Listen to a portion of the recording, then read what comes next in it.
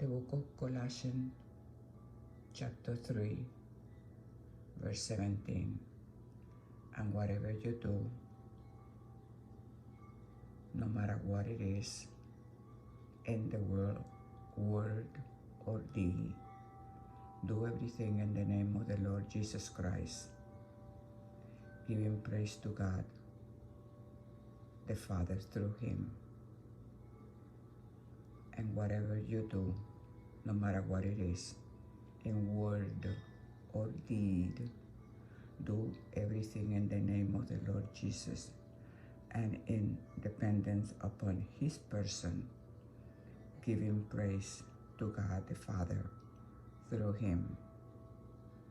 Whatever you do, no matter what it is, in the world, in word or deed, do everything in the name of the Lord Jesus Christ and in dependence upon his person, giving praise to God the Father through him.